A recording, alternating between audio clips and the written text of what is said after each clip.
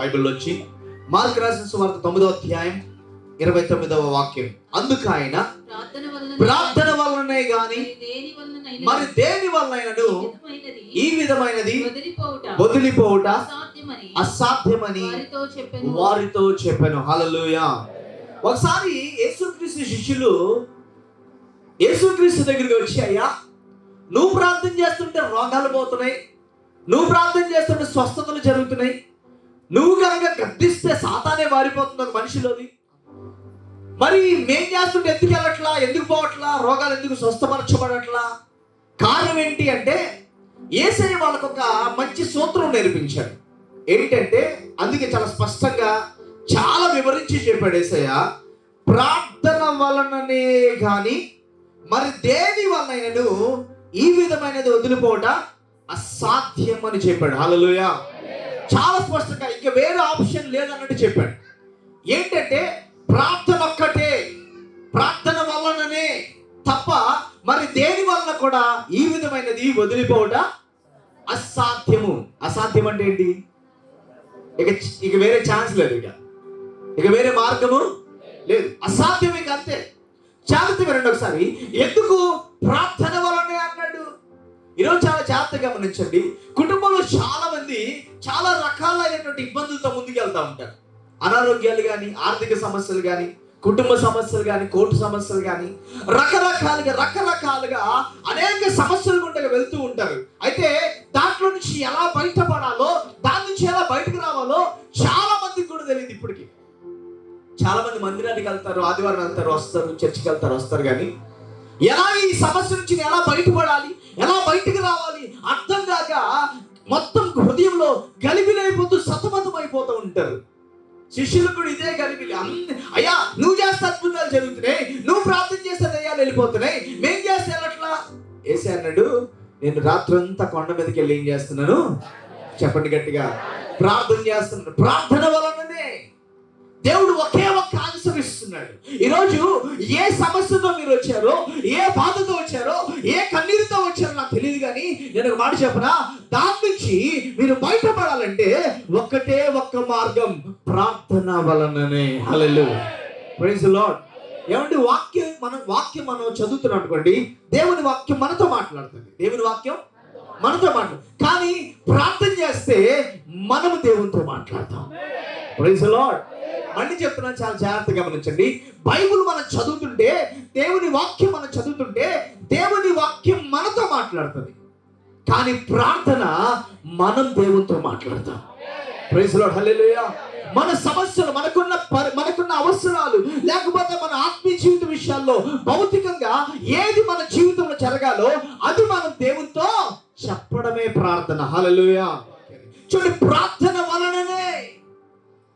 ఎందుకు ప్రార్థన ఒకే ఒక్క మార్గం, ప్రార్థన తప్ప మీకు వేరే మార్గం లేదంటున్నాడు దేవుడు. అంటే మనం ప్రార్థనలో కూర్చొని, ప్రభా నాకు ఈ సమస్య ఉందయ్యా, నాకు అద్భుతం చేయి ప్రభా, నాకు ఈ అవసరం ఉంది, ఇది తీర్చు, లేకపోతే నా భర్త మారలా, నా కుమారుడు మారలా, నా తల్లి మారలా, నువ్వే హృదయాన్ని మార్చే దేవుడు అని దేవుడితో చెప్తే, దేవుడు ఆ ప్రార్థన విని మనకేం చేస్తాడు చెప్పండి గట్టిగా, ప్రార్థన వలననే. కానీ ఈ రోజుల్లో చాలా జాగ్రత్తగా గమనించండి, అన్నిటికీ అవకాశం ఉంటుంది కానీ ప్రార్థనకు మాత్రం అవకాశం ఉండదు. అన్నిటికీ సెలవు ఉంటుంది, ప్రార్థనకు ఉండదు. సాతాను ఎక్కడ మనం డైవర్ట్ చేయాలో అక్కడ డైవర్ట్ చేస్తాడు. ఎక్కడ ఏది చేస్తే మనం ఆశీర్వదించబడతామో దాన్నే చేయనివ్వడం. ఏది చేస్తే మనం దేవుల్లో బలపడతామో, ఏ ప్రార్థన అయితే చేస్తే దేవుల్లో మనం ఉంటామో, బలంగా ఉంటామో, మంచిగా ఉజ్జీవించబడి ఉన్నతమైన ఆశీర్వాదాలు పొందుకుంటామో, అది ఒక్కటే చేయనివాడు మన ద్వారా. Praise Lord. గట్టిగా హల్లెలూయా. కానీ మనకి కూడా తెలుసు మన ఆశీర్వాదం దేంట్లో ఉంది. గట్టిగా చెప్పండి అమ్మా, దేంట్లో ఉంది? మన సమస్యలు దేంట్లో తీరుతాయి చెప్పండి. ఒక వ్యక్తి దేని ద్వారా మారుతాడు చెప్పండి గట్టిగా. చూడండి, గమనించండి, ప్రార్థన చేయడం బట్టే నేను మాట చెప్తాను, దేవుని మహిమార్థం నేను చెప్పగలను. దేవుని కృప తర్వాత మా మమ్మీ డాడీ ప్రార్థన వల్ల నేను ఇక్కడ ఉన్నాను. Praise Lord. సంఘం అంతా ప్రార్థన చేయబట్టి చాలా మంది కుటుంబాలు ఇక్కడ ఉన్నారు.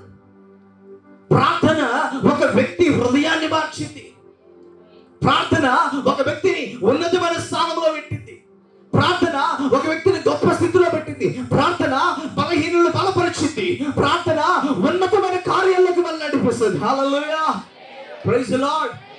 ప్రపంచ ప్రఖ్యాతిగాంచిన దైవజనుల దగ్గరికి మీరు వెళ్ళి ఎవరిని అడగండి, ఎవరి దగ్గరికి వెళ్ళి అడగండి, మీరు ఎంతగా దీవించబడ్డానికి కారణం ఏంటంటే మేము దేవునితో ఆయన సన్నిధిలో ప్రార్థనలో గడుపుతున్నాం.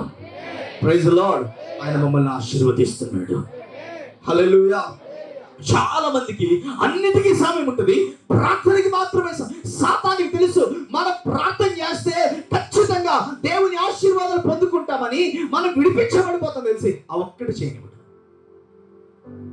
దేవుడు చాలా స్పష్టంగా చెప్తున్నారు శిష్యులకి, ప్రార్థన వలనే గాని మరి దేని వలన ఇది వదిలిపోవట అసాధ్యం. నీ కుటుంబాన్ని పట్టున్న ఏదైనా కూడా అది వదిలిపోవాలంటే నువ్వేం చేయాలి? ఏది 2 నిమిషాలు కూర్చొని యేసు స్వామి రమ్ము కాపాడము ఆమె నా ప్రార్థనలు కాదు. పౌలు అంటాడు, అయ్యా ఒకప్పుడు మీరు పాలు తాగారు, ఇప్పుడు మీరు ఏం చేయట్లా? పాలు తాగట్లా. ఇప్పుడు మీరు భోజనం చేస్తున్నారు. పాలు తాగే వయసులో మీరు పాలు తాగారు, కానీ ఇప్పుడు మీరు చిన్నవారు కాదు పాలు తాగడానికి. మీరు ఏమయ్యారు చెప్పండి గట్టిగా? పెద్దవారు అయ్యారు మీరు. ఏమండి ఇప్పుడు ఎవరన్నా ఓన్లీ పాలు తాగి బతికేయగలరా? చెప్పండి, తట్టుకోగలమా? పాలు తాగే వయసులో పాలు తాగాలి. ఆత్మీయ జీవితంలో కూడా అంతే. మన దేవుళ్ళలోకి వచ్చిన కొత్తలో మనకి తెలిసి తెలియని చిన్న చిన్న ప్రార్థనలు చేయబట్టి దేవుడు ఆ వయసులో అది పాలు తాగే అనుభవం కాబట్టి ఆ కృపనిచ్చాడు దేవుడు. కానీ ఆత్మీయ జీవితంలో ఈరోజు చాలా సంవత్సరాలు అవుతుంది. సంఘంలోకి వచ్చి మనం దేవుళ్ళలోకి వచ్చి చాలా సంవత్సరాలు అవుతుంది. మారు మనసు పొందాం, బాప్తిసం పొందాం, రక్షణ అనుభవంలోకి వచ్చాం, పరలోక రాజ్యం కోసం ఎదురు చూస్తూ ఈరోజు మనం పెద్దవారయ్యాం. ఏమయ్యాం చెప్పండి గట్టిగా? పెద్దవారయ్యాం. మంచి చెడేంటో తెలిసిన వారంగా మారాం మనం. Praise the Lord, praise the Lord.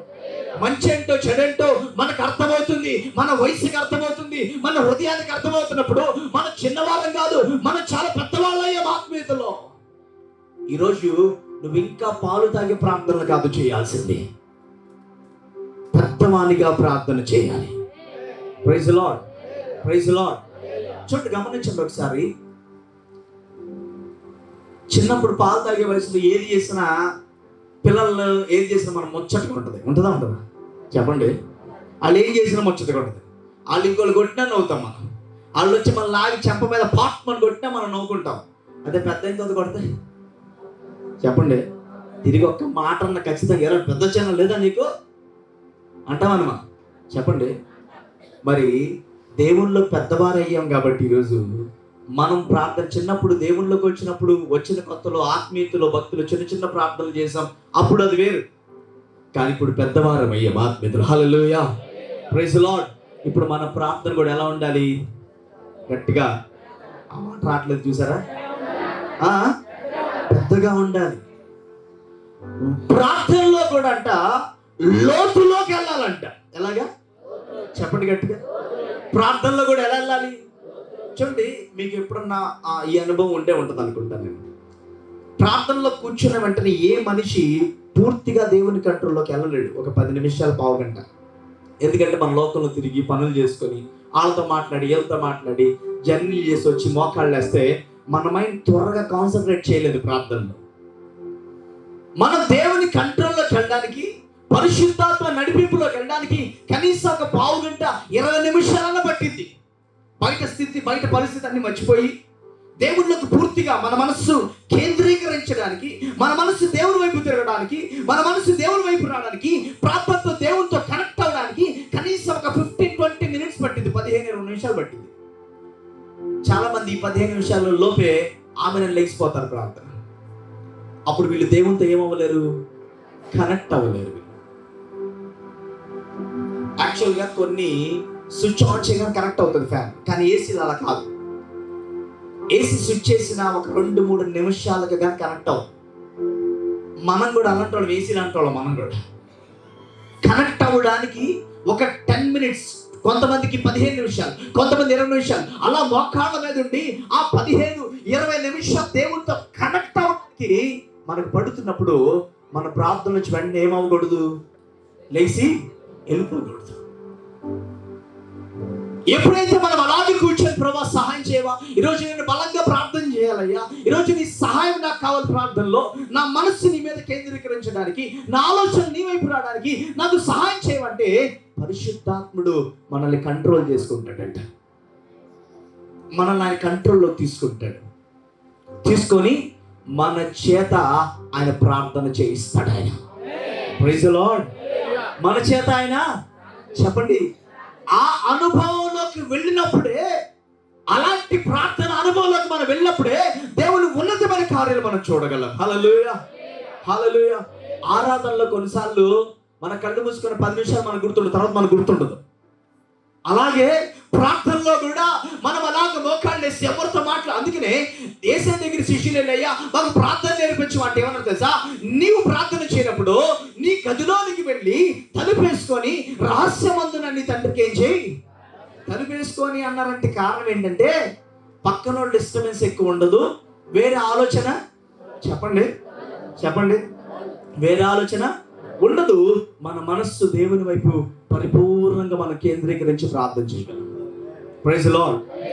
నేను చాలా మందిని కొంతమందిని చూస్తూ ఉంటాను, ఇక్కడ ప్రార్థన చేస్తూ ఉంటారు, పక్కనే కూర్చొని కబుర్లు చెప్పుకుంటూ ఉంటారు. కొంతమంది వాళ్ళు కనీసం ప్రార్థన చేస్తున్నారన్న సెన్స్ ఉంటుంది. కొంతమందికి కనీసం మనం చేయట్లేదు, మనం మొబైల్ చూసుకున్నాం, వాళ్ళన్న ప్రార్థన చేసుకున్నారు, వాళ్ళని డిస్టర్బ్ చేయకూడదు అనే ఆలోచన చెప్పండి గట్టిగా ఉండదు. చాలా మందికి అక్కడ ప్రార్థన చేసుకుంటూ ఉంటారు, ఇంట్లో ఇక్కడ కూర్చొని టీవీ పెట్టుకొని కూర్చుంటారు. ఇక్కడ నేను మాట చెప్పిన, ప్రార్థన చేసే వాళ్ళని డిస్టర్బ్ ఎప్పుడు చేయమాలంటే అది లైఫ్లో చాలా దెబ్బకొట్టింది మీకు.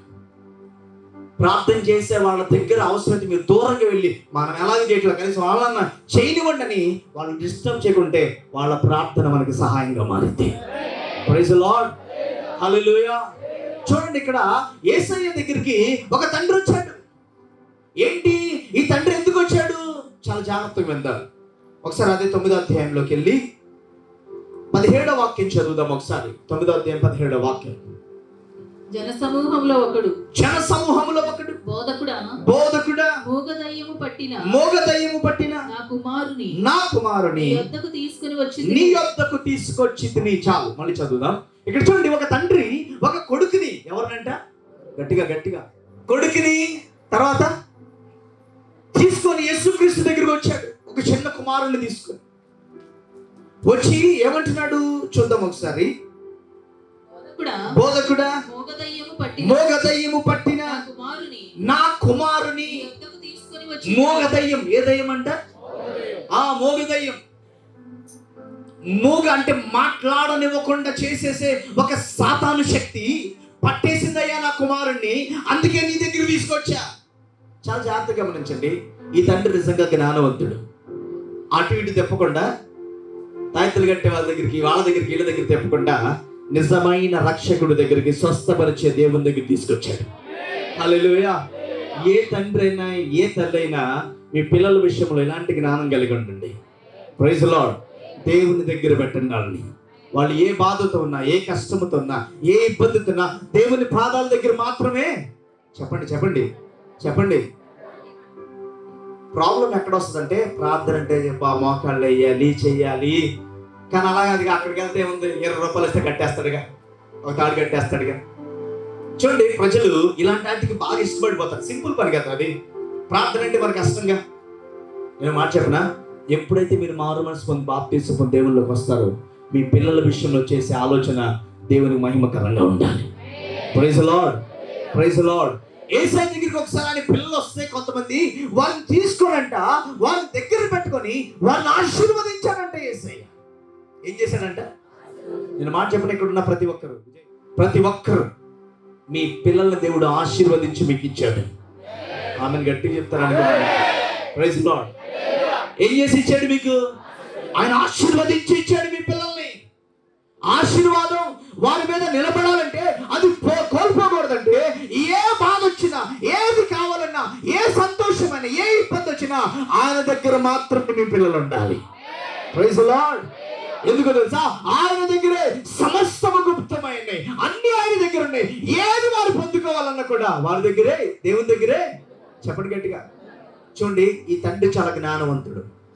యేసుక్రీస్తు ప్రభు దగ్గర తెచ్చాయ్యా, మా బాబు మాట్లాడలేకపోతున్నాడు, మోగువాడైపోయాడు. ఏం చేయాలి మాకు అర్థం కావట్లేదు. అక్కడ ఒక మాట అంటాడు చూడండి 18వ వాక్యంలో, అది ఎక్కడ వాణిని పట్టునో అక్కడ ఏంటిది ఈ సాతాను శక్తి, అది ఎక్కడ పట్టిందో తెలీదు. అది ఎక్కడ వాణిని పట్టునో అక్కడ వాణిని పడద్రోయును. ఆ సాతాను శక్తి అంట ఆ యవనస్తుడు ఆ బాబుని వెళ్ళి అలా అది ఆత్మగా ఆ బాబులోకి వెళ్ళినప్పుడు అది పట్టినప్పుడు అంట, కొంతమంది అంటాం కదా దయ్యం పట్టింది అంటారా లేదా, అది పట్టినప్పుడు అంట ఆ బాబుని పడేస్తుందంట. ఏం చేస్తుంది తర్వాత ఏం చేస్తుంది చూడండి ఒకసారి. అప్పుడు వాడు నురుగు కార్చుకొని పండ్లు కొరుక్కొని మూర్ఛిల్లును ఏం చేస్తాడు చెప్పండి.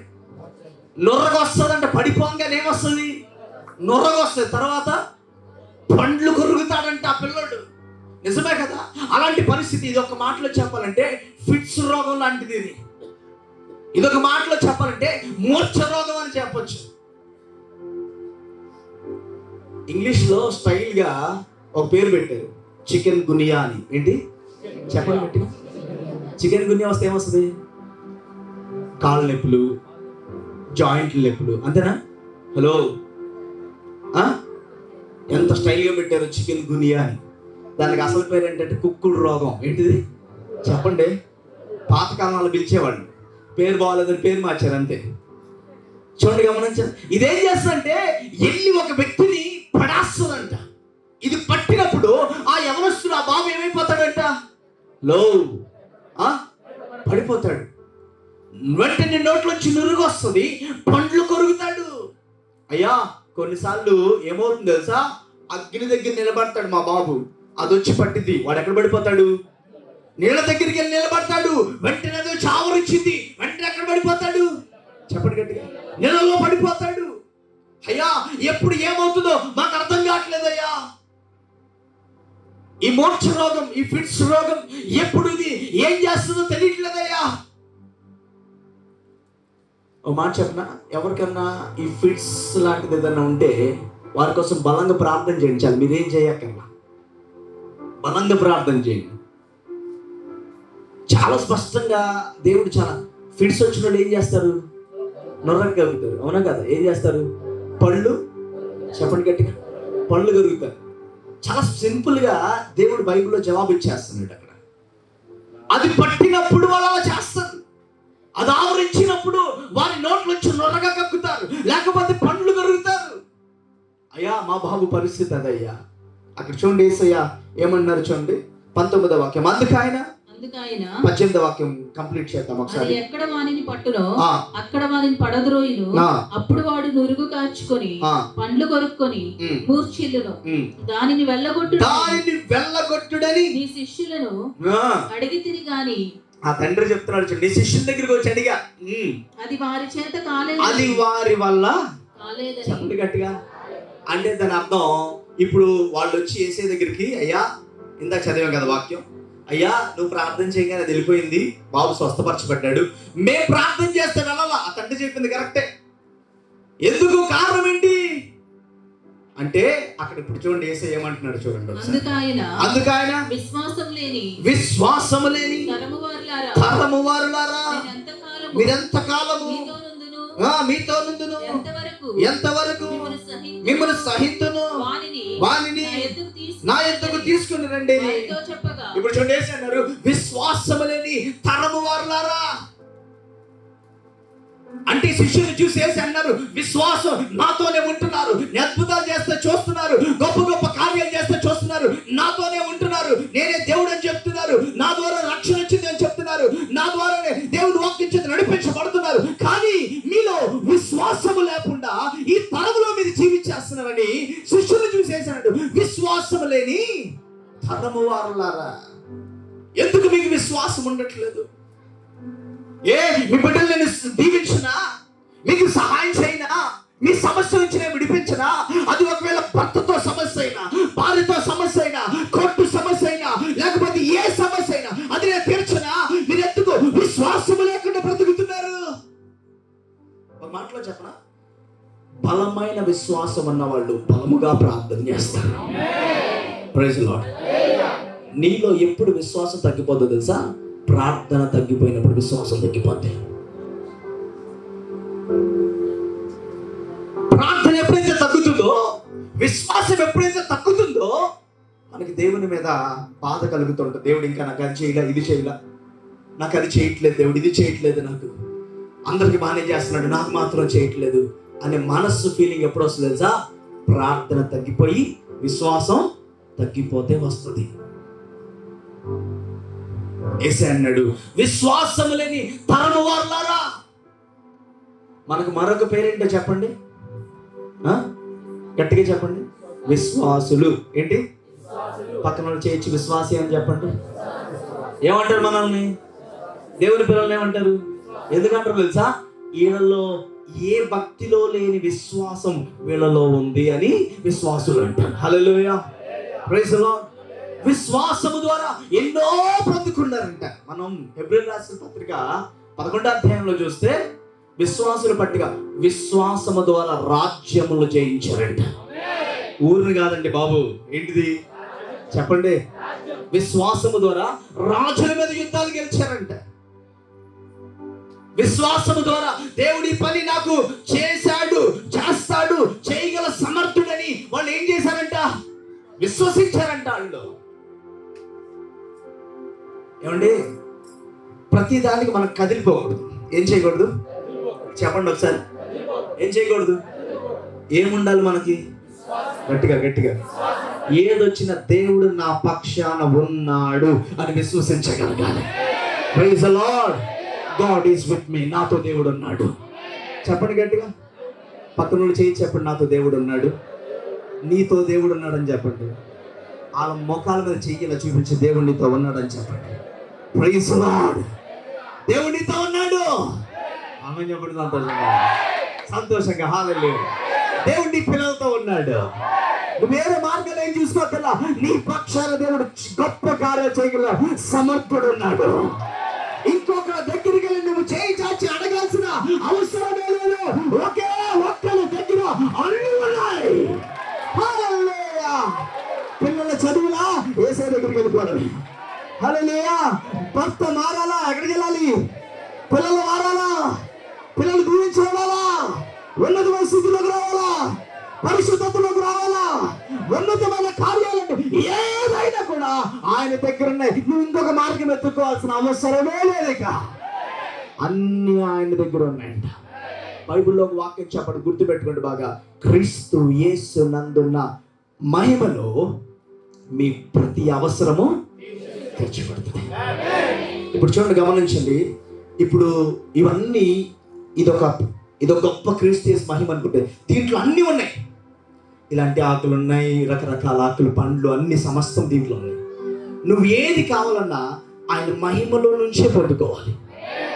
క్రీస్తు యేసులో నుంచే నువ్వు పొందుకోవాలి. Praise the Lord. ఇది ఇక్కడ లేదండి, వేరే కొట్లో ఉంటుంది అనాల్సిన అవసరమే లేదు. కందిపప్పు ఒక చోట ఉండదు, ఒక చోట ఉండదు. పంచదార ఒక చోట ఉండదు, ఇంకో చోట ఉండదు. కానీ క్రీస్తు యేసు నందున్న మహిమలో మీ ప్రతి అవసరము తీర్చబడింది. Praise the Lord. హల్లెలూయా. ఈ మహిమలో ఉన్న ప్రతిని పొందుకోవాలంటే ఒక మాట చెప్పనా, మీరు ప్రార్థన ద్వారా మాత్రమే పొందు. Praise the Lord. ఇదంతా ఎలా ఉంటుందంటే వైర్లెస్ కనెక్షన్ అన్నమాట. ఏంటిది? వైర్ లేకుండా ఫోన్ ఎలా వాడతాం? Wireless connection. ప్రార్థన చేస్తాం, వైర్లెస్ కనెక్షన్ లేకుండా దేవుని దగ్గరికి వెళ్ళిపోతాం. దేవుడిచ్చే ఆశీర్వాదం కూడా వైర్లెస్ కనెక్షన్ లేకుండా అలా మనలోకి వచ్చేస్తాం. Praise the Lord. క్రీస్తు యేసు నందున్న మహిమలో మీ ప్రతి అవసరం, చెప్పండి గట్టిగా, మీ ప్రతి అవసరము తీర్చబడుతుంది. మీరు ఎక్కడికి వెళ్ళాల్సిన అవసరం, మీరు ప్రార్థన చేస్తే చాలు. అందుకని యేసు అన్నాడు, ప్రార్థన వలననే కానీ మరి దేని వలనను ఇది వదిలిపోవట. గట్టిగా గట్టిగా. ఏ సమస్యతో, ఏ బాధతో, ఏ ఇబ్బందితో ఉన్నా ఈరోజు మాట చెప్పిన దేవుని సన్నిధిలో మోకాళ్ళేసి ప్రార్థన చేయండి. పౌలు లాంటి మహామూర్ఖుల్ని మార్చడండి నా యేసయ్య. హల్లెలూయా. నీ తమ్ముడిని, నీ అన్నని, నీ అమ్మని, మీ నాన్నని మార్చడం పెద్ద విషయం ఏమి కాదు. హల్లెలూయా. మీ అత్త మామలు మార్చడం పెద్ద విషయం కాదు. చంపేస్తున్నాడు క్రైస్తవుల్ని. ఎక్కడ దొరికితే అక్కడ చంపేస్తున్న ఒక వ్యక్తిని ఒక దారిలో వెళ్తుండగా ఒక గొప్ప వెలుగు ఆకాశం నుండి పడి ఆ క్షణం మంది మారిపోయిందండి. Praise the lord. సంఘము వెళ్ళి అధికారం దగ్గరికి కూర్చోలా, సంఘము నాయకుల దగ్గరికి వెళ్ళి కూర్చోలా. సంఘము మోకాళ్ళని ప్రార్థన చేస్తుంది. అయ్యా, ప్రార్థన వల్లే తప్ప మరి దేని వల్ల ఇది వదిలిపోవటం అసాధ్యమన్నా కదా. ఈ సౌలు సంఘాలని చిత్రహింస పెడుతున్నాడు, ఈ సౌలు ఇబ్బంది పెడుతున్నాడని సంఘము మోకాళ్ళేసి ప్రార్థన చేసింది. హల్లెలూయా, హల్లెలూయా. ప్రార్థన వలననే తప్ప మరి ఏ విధమైన దాని ద్వారా ఇది వదిలిపోట, నీ ఇంట్లో కష్టం వదిలిపోట, నీ భర్తతో నీ భార్యతో ఉన్న కష్టం వదిలిపోట అసాధ్యము. Praise the Lord. చెప్పండి, ప్రార్థన వలననే. దేనివల్ల?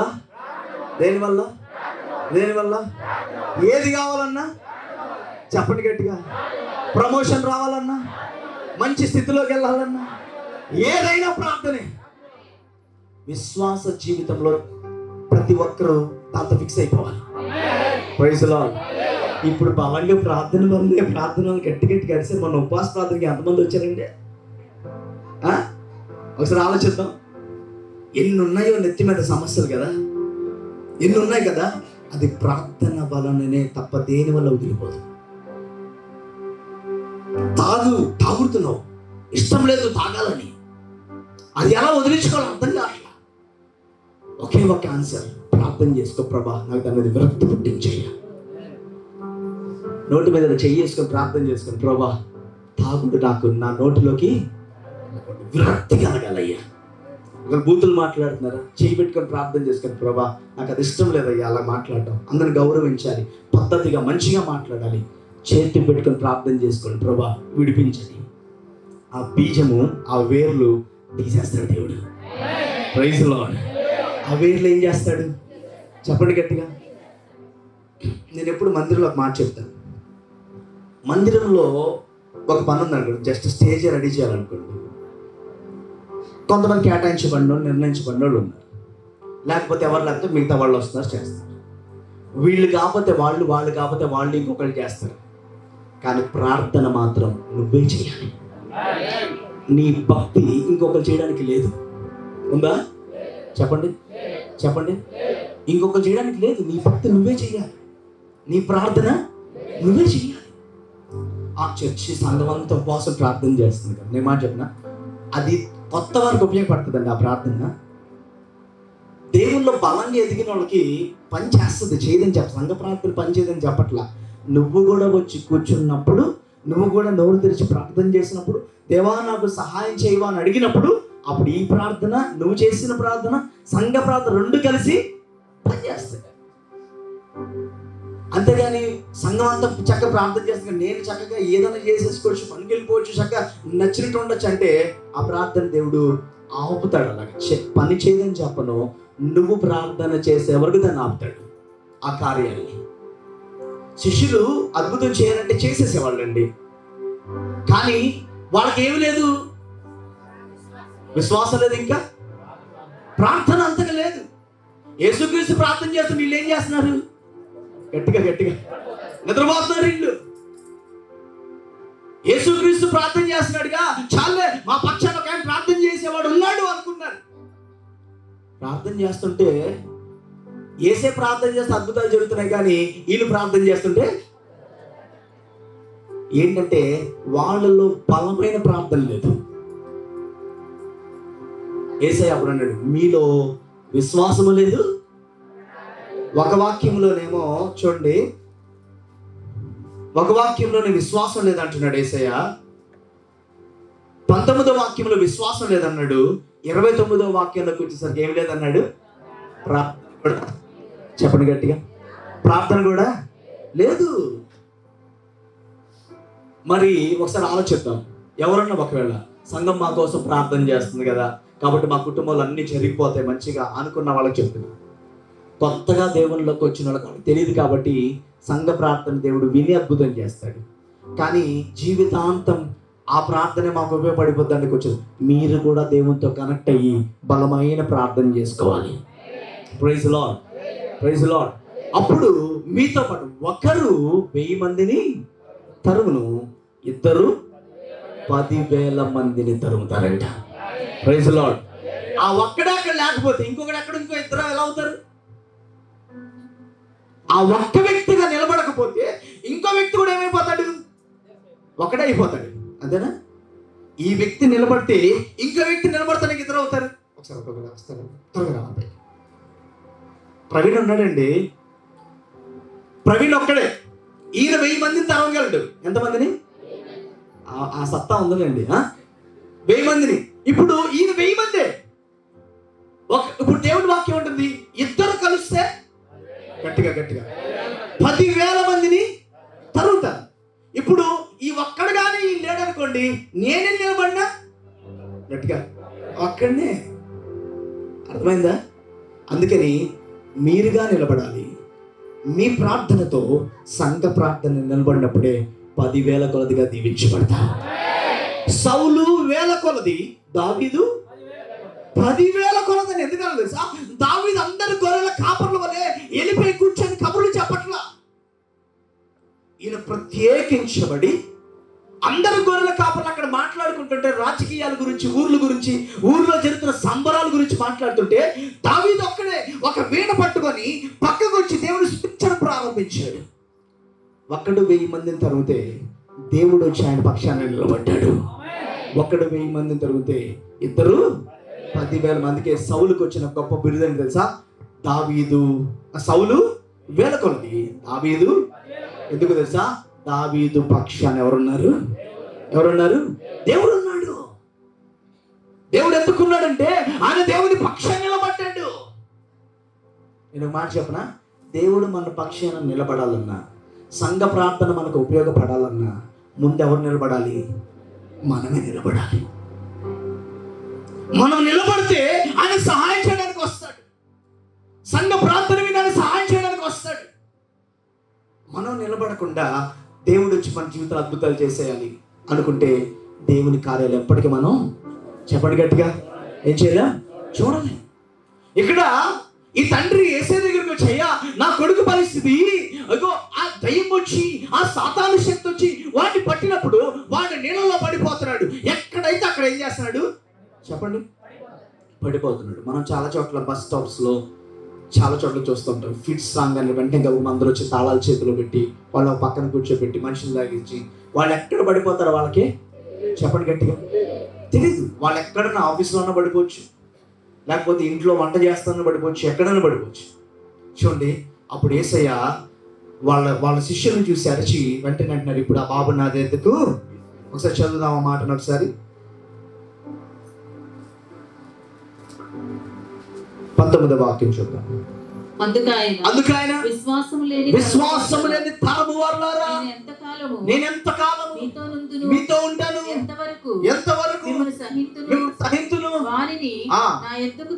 వానిని నా యొద్దకు ఇప్పుడు వేసేస్తున్నాడు. ఆ బాబుని ఏం చేయండి? నా యొద్దకు తీసుకొని రండి. ఏమన్నారు చూద్దాం ఒకసారి. వారితో చెప్పగా వారు ఆయన యొద్దకు వారిని తీసుకొని వచ్చి దయ్యము ఆయనను చూడగానే దయ్యం ఆయన చూడగానే వానిని విలవిలలాడించెను కనుక వాడు నేల మీద పడి నురుగు కార్చుకొని పొరలాడుచుండెను. అప్పుడు ఆయన ఇది ఈ బాబుకి సంభవించి ఎంత కాలమైందని వాని తండ్రిని అడగగా అతడు బాల్యము నుండి అది వానిని నాశనము చేయవలెనని తరచుగా అగ్నిలోను నీళ్లలోను పడద్రోయును. ఏమైనను నీ వలనైతే మా మీద కనికరపడి ఇప్పుడు చూడండి, తండ్రి అడుగుతున్నాడు. ఏమని అడుగుతున్నాడు? అయ్యా ఏమన్నా సాధ్యత ఉంటే నువ్వు మా మీద కనికరపడి మాకే ఏంటి చెప్పండి గట్టిగా చెప్పండి. కనికరపడి అడిగారా అడగలేదా? తండ్రి కొడుకు గురించి అడిగాడు. యేసుక్రీస్తు ఇలా దగ్గర ఉన్నాడు కాబట్టి దగ్గరగా అడిగాడు. ఇప్పుడు ఆయన పరలోకంలో ఆత్మస్వరూపిగా ఉన్నాడు కాబట్టి మనం కూడా ఏం చేయాలి? గట్టిగా అడగాల లేదా? అడిగాడు. వెంటనే వేసి అంటున్నారు, చూడండి జవాబు ఇద్దాం చూద్దాం. అందుకు యేసు నమ్ముట నీ వలనైతే నమ్మువానికి సమస్తము సాధ్యమే అని దేవుని దగ్గరికి వచ్చిన మనం ముందు దేవుణ్ణి నమ్మాలి. ఏం చేయాలి చెప్పండి? భార్య భర్తలు పెళ్లి చేసుకుంటే ఒకళ్ళ నమ్మకాలు లేవు అనుకోండి, ఒకళ్ళ మీద ఒకరికి ఏమైపోతారు చెప్పండి? ఇంట్లో గలిబిలి సమాధానం ఉండదు, సంతోషం ఉండదు. దేవుళ్ళలోకి వచ్చి కూడా దేవుణ్ణి నమ్మకపోతే, ఈ కార్యం నాకు దేవుడు చేస్తాడని మనం నమ్మకపోతే, దేవుని దగ్గర నుంచి ఏమి కూడా చెప్పండి గట్టిగా గట్టిగా. దేవుని మీద విశ్వాసం లేని వాళ్ళు అనుమానిస్తారు ఇంట్లో. దేవుడిలో కరెక్ట్గా నమ్మకంగా నిలబడిన వాళ్ళే దేవునిలో నమ్మకంగా లేని వాళ్ళే, లేకపోతే దేవుణ్ణి నమ్మని వాళ్ళే ఇంట్లో అనుమానాలు చేస్తూ ఉంటారు. భార్యను అనుమానిస్తారు, భర్తను అనుమానిస్తారు. ఎందుకంటే వాళ్ళకి దేవుడి మీద నమ్మకం లేదు. వాళ్ళకి దేవుడు నాకు మంచి భర్తనిచ్చాడు, నాకు మంచి భార్యనిచ్చాడు నమ్మితే ప్రేమగా ఉంటారు. నమ్మకం లేకపోతే అనుమానించడమే. ఇక్కడ చూడు, గమనించండి. యేసు అన్నాడు, ఈ ఆత్మీయ జీవితంలో అయినా కూడా నువ్వు దేవుణ్ణి ఏం చేయాలి? గట్టిగా అడగాలి కాదు, నమ్మాలి. చెప్పండి. అందుకంటారు నమ్ముట నీ వలనైతే, యేసయ్య స్వయంగా అంటున్నాడు. అందుకు యేసు, నమ్ముట నీ వలనైతే నమ్మువానికి సమస్తము, చెప్పండి గట్టిగా, సమస్తము సాధ్యం. నువ్వు దేవుణ్ణి నమ్మితే సమస్తము సాధ్యం. దేవుని విషయంలో అటుకొని రోజులు ఇటుకొని రోజులు, అటు ఒకసారి ఇటు ఒకసారి, 2 పడవల మీద కాలేసి అనుభవం ఉంటే నువ్వు దేవుని మీద నీకు పూర్తిగా నమ్మకం ఉండదు. నీ జీవితంలో కూడా అలాంటి కార్యాలే చూస్తూ ఉంటావు. అందుకని దేవుని మనం ఏం చేయాలంట? గట్టిగా ఏం చేయాలి? నమ్మడం. నేను 2011లోనే నమ్మానండి, అది కాదండి. ప్రతి క్షణం ఇది నాకు దేవుడు చెయ్యగలడు అని నమ్మాలి. చెప్పండి గట్టిగా. ఇది దేవుడు నాకు చెయ్యగలడు. ఆయన దేవుడు అని నమ్మడం వేరు. ఆయన మన విషయంలో అన్ని విధాలుగా సహాయం చేయగలడు. ఏ క్షణమైనా, ఏ సంవత్సరమైనా, ఎప్పుడైనా ఈ సమస్య నుంచి నన్ను విడిపించగలడు అని ఏం చేయాలి? గట్టిగా గట్టిగా ఇంటి మీద చేసుకొచ్చి నమ్మాలి. Praise the lord. దావీదుకి ఒక వర్తమానం, దానియేలుకు ఒక వర్తమానం వచ్చింది. ఎవరైనా ప్రార్థన చేస్తే వాళ్ళు సింహంలో, కానీ దానియేలుకు ఒక నమ్మకం, నేను చేసేది నిజమైన దేవుడికి, సింహపు బోనులో నుంచి కూడా విడిపించగలిగిన దేవుడు నా దేవుడిని నమ్మాడంట. Praise the lord. ఇంకోటి ఏంటి ఆయన నమ్మకం ఏంటి తెలుసా? నేను ప్రార్థన చేస్తున్నాను, నాకేమవుదు అని నమ్మాడు. ప్రార్థన వలనే తప్ప మరి దేని వలన నీ కార్యము జరుగుతూ చూడలేను. దానియేలు నమ్ముతున్నాడు, నేను చేసే ప్రార్థన సత్య స్వరూపి అయిన దేవునికి ఖచ్చితంగా దేవుడు నా కార్యం చేస్తాడు. నమ్మాడండి. ప్రార్థన వెంటనే వచ్చి పట్టుకున్నారు. ఎందుకు ప్రార్థన చేస్తున్నావు? చేయొద్దని చెప్పాక తీసుకెళ్లారు, సింహబోన్లో పడేస్తే అతను నమ్మిన ఆ నమ్మకాన్ని బట్టి సింహపు నోరులను దేవుడు మూసేశాడంట. Praise the lord. మనుషులని సింహాలు రోజు నీ మీద లెగచ్చు, నాయకులని సింహాలు నీ మీద లెగచ్చు, అధికారులని సింహాలు నీ మీద లెగచ్చు, లేకపోతే అత్తమామలని సింహాలు, కోడలని సింహాలు నీ మీద లెగచ్చు. ఒక మాట చెప్పనా? నువ్వు నిజంగా ప్రార్థనా పరుడైతే, ప్రార్థనా పరులైతే, దేవుని నమ్మితే ఎలాంటి సింహాల నోర్లన్న దేవుడు మోయిస్తాడు. Praise the lord. ఎలాంటి సింహపు నోర్లన్నా ఆయన మూయించగలిగిన దేవుడు ఆయన. నమ్మాలి. ఏం చేయాలి? చెప్పండి గట్టిగా. నమ్ముట నీ వలనైతే నమ్మువానికి సమస్తము సాధ్యమని చెప్పిన తర్వాత చూద్దాం ఒకసారి. వెంటనే ఆ చిన్నవాని తండ్రి ఏమంటున్నాడు? ఇప్పుడు ఆ తండ్రి ఏమన్నాడు? అయ్యా ఎక్కడో కొంచెం డౌట్ ఉందయ్యా అన్నాడా? చెప్పండి. ఏంటి నన్ను సీరియస్గా ఉన్నది అందరూ? ఎక్కడో కొంచెం డౌట్ ఉంది అన్నాడా? ఏమన్నాడు? నమ్ముతున్నాను. చెప్పండి గట్టిగా. దేవుణ్ణి మనం అంత దృఢంగా చెప్పగలగాలి. నేను మాట చెప్పనా? ముక్కలైపోయిన పాత్రని కూడా మళ్ళీ మంచి పాత్రగా మార్చగలడు. ముక్కలైపోయిన కుటుంబాన్ని కూడా మళ్ళీ సరిచేయగలిగిన ఏకైక దేవుడు. ఇక ఇక ఇక ఏ సంబంధం మా కుటుంబాలతో మాకు ఇక ఉండదు అని మనసులో నువ్వు ఫిక్స్ అయిపోతున్నావు. కానీ దేవుడు ఒక నూతన సృష్టి చేయబోతున్నాడు. ఈ మాట దేవుడు ప్రత్యేకంగా ఎవరితోనో మాట్లాడుతున్నాడు. అయిపోయింది, నా కుటుంబానికి నాకు కనెక్షన్ తగ్గిపోవాలి అని అనుకుంటున్నావు. దేవుడు ఒక నూతన కార్యాన్ని చేయబోతున్నాడు. ఆయన సృష్టిని జరిగించబోతున్నాడు. సృష్టికర్తకున్న గొప్పతనం ఏం తెలుసా? ఇక ఇది జరగదు అనుకున్న దాన్ని కూడా నీ కొరకు, నీ ప్రార్థన విని, నీ కుటుంబం కొరకు నూతన సృష్టి చేయగలిగిన గొప్ప దేవుడు ఆయన. Praise the Lord. ఈ చెట్టు చచ్చిపోయిందండి. యాక్చువల్గా ఫస్ట్ వచ్చినప్పుడు మనం కొన్నప్పుడు మంచి ఆకులు అన్ని మంచిగా ఉన్నాయి. 3 వారాలు ఎవరు నీళ్ళు పోయిలా, మొత్తం అయిపోయింది. ఇంకా కొన్ని రోజులు నీళ్ళు పోయిపోతే ఏమైపోద్ది చెప్పండి? నేను మాట చెప్పనా?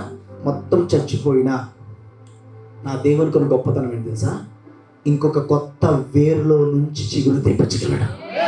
Praise the lord. మనం ఏం చేయాలి? గట్టిగా ప్రార్థన చేస్తూ నమ్మాలి. ప్రార్థన చేస్తూ తండ్రి, ఆ తండ్రి అన్నాడు, ఇగో నమ్ముతున్నావా? యేసయ్య చాలా సూటిగా అడుగుతున్నాడు, నువ్వు నమ్ముతున్నావా? ఆ తండ్రి అంటున్నాడు, తండ్రితో, ఆ తండ్రి, నా చిన్నవాడి తండ్రి నమ్ముచున్నాను. Praise the Lord. ఈరోజు ఇదే మాట యేసయ్యతో చెప్తే, యేసయ్య అడిగితే మిమ్మల్ని మీరు కూడా ఏమని చెప్పాలి? గట్టిగా గట్టిగా పెదాలతో నమ్ముతున్నాను అలా కాదండి, హృదయంలో నుంచి రావాలి. యేసయ్య నేను నమ్ముతున్నానయ్యా. Hallelujah. You can do wonders. నువ్వు అద్భుతాలు చేయగలిగిన దేవుడివి, నేను నమ్ముతున్నాను. Praise the Lord. ఏం చెప్పాలి? నేను గట్టిగా. ఈరోజు ఏ సమస్యతో మీరు వచ్చి ఇక్కడ కూర్చున్నారు, ఆ విషయంలో దేవునితో చెప్పండి, అయ్యా నువ్వు ప్రతి పరిస్థితిని నువ్వు మార్చావని ఈరోజు నేను మందిరంలో కూర్చొని గట్టిగా గట్టిగా గట్టిగా కరెక్ట్గా రావాలండి ఆన్సర్. ఏం చేయాలి? నేను మందిరం విడిచి ఇంటికి వెళ్ళేసరికి ఈరోజు ఆదివారం అయిపోయే లోపు నేను నమ్ముతున్నాను గొప్ప కార్యం చేసి ముగించావని. హల్లెలూయా. ఏం చేయాలంట? ఆ తండ్రి అన్నాడు, నమ్ముతున్నా నేను. ఏం చేయాలంట? గట్టిగా నమ్మాలి. ఏం చేయాలి? చూడండి, ఆ తండ్రి అన్నాడు, నేను నమ్ముచున్నాను, నాకు అపనమ్మకం ఉండకుండా సహాయం చేయండి. ఎంత డెప్త్గా దేవుని గురించి ఆలోచిస్తున్నాడండి. అయ్యా నేనైతే నమ్ముతున్నా, మనిషిగా ఉన్నాను కాబట్టి, లోకంలో ఉన్నాను కాబట్టి, ఎక్కడన్నా అపనమ్మకం వస్తుందేమో, అది రాకుండా మాత్రం నాకు సహాయం చేయ. అంటే నీ మీద నాకున్న ఈ విశ్వాసం ఇలాగే ఉండాలయ్యా, చేంజ్ అవ్వకూడదు. నీ మీద నాకు ఒక నమ్మకం, ప్రేమ, నువ్వు అద్భుతం చేస్తావనే విశ్వాసం ఉంది చూసావా, ఇదేమవకూడదు, తగ్గిపోకూడదు. అపనమ్మకం రాకుండా సహాయం చేయవా? బా ఎంత మంచి మాట అండి.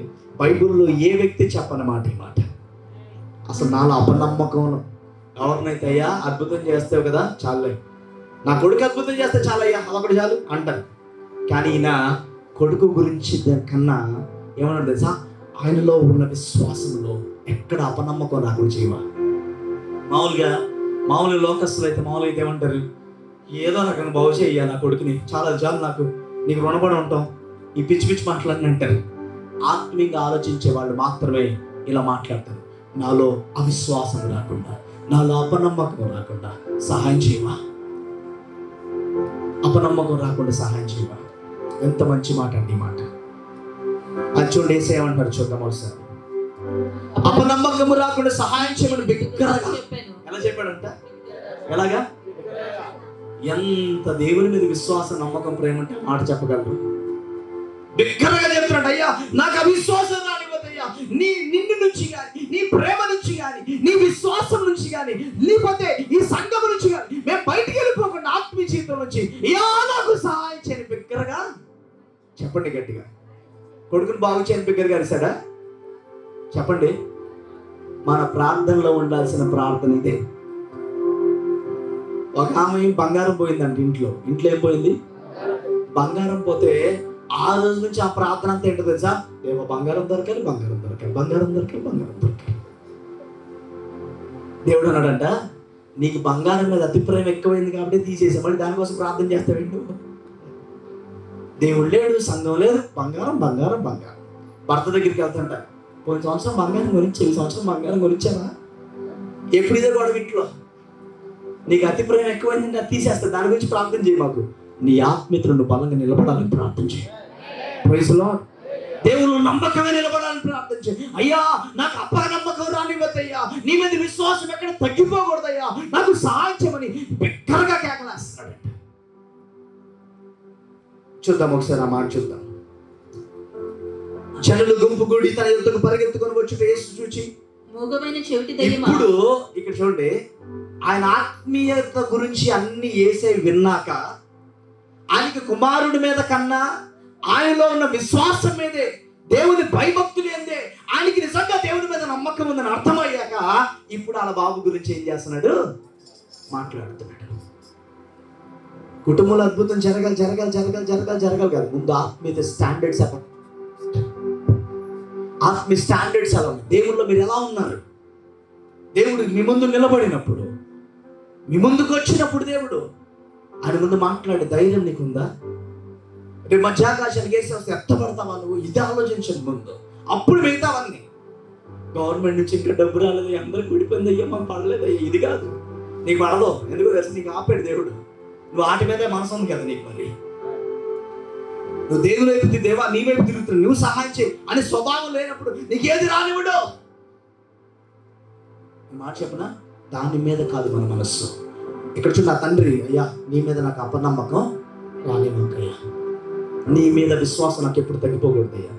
ఇదంతా మాట్లాడాక బిగ్గర కేకలేసి అయ్యా నీలో నేను ఉంటే చాలయ్యా అన్న తర్వాత అప్పుడు యేసయ్య మాట్లాడుతున్నాడు. చూడండి ఏమంటాడు, చూడండి ఒకసారి. యేసు చూచి మూగమైన చెవిటి దయ్యమా, ఇప్పుడు ఆ బాబు విషయం మాట్లాడుతున్నాడు. మోగమైన చెవిటి దయ్యమా, వాని నా బాబుని ఆ యవనస్తుని విడిచి పొమ్ము, ఇక వానిలో ప్రవేశింపవద్దని. అబ్బా ఏం చేస్తున్నాడు యేసయ్య? ఆ మాట చెప్పండి గట్టిగా.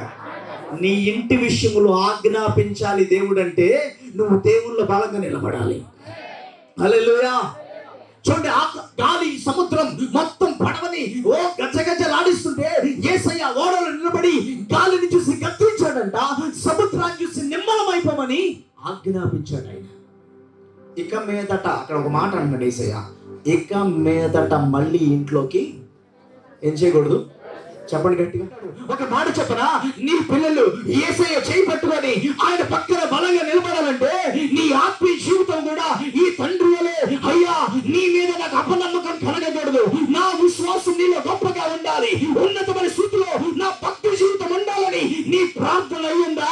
నేను ఒక మాట చెప్పనా, నువ్వు ప్రార్థన చేస్తుండగానే దేవుని ఉన్నతమైన కార్యాలు నీ పిల్లలు అనుభవిస్తారు. హల్లెలూయా, హల్లెలూయా. నువ్వు ప్రార్థనకి ఎంత నిర్లక్ష్యం చేస్తే నీ పిల్లల్లో అంత ఆశీర్వాదాన్ని కోల్పోతావు. నువ్వు ప్రార్థన విషయంలో ఎంత నిర్లక్ష్యంగా ఉంటే, నీ భక్తి జీవితంలో నువ్వు ఎంత నిర్లక్ష్యంగా ఉంటే నీ పిల్లలు అంత నిర్లక్ష్యం అయిపోతారు.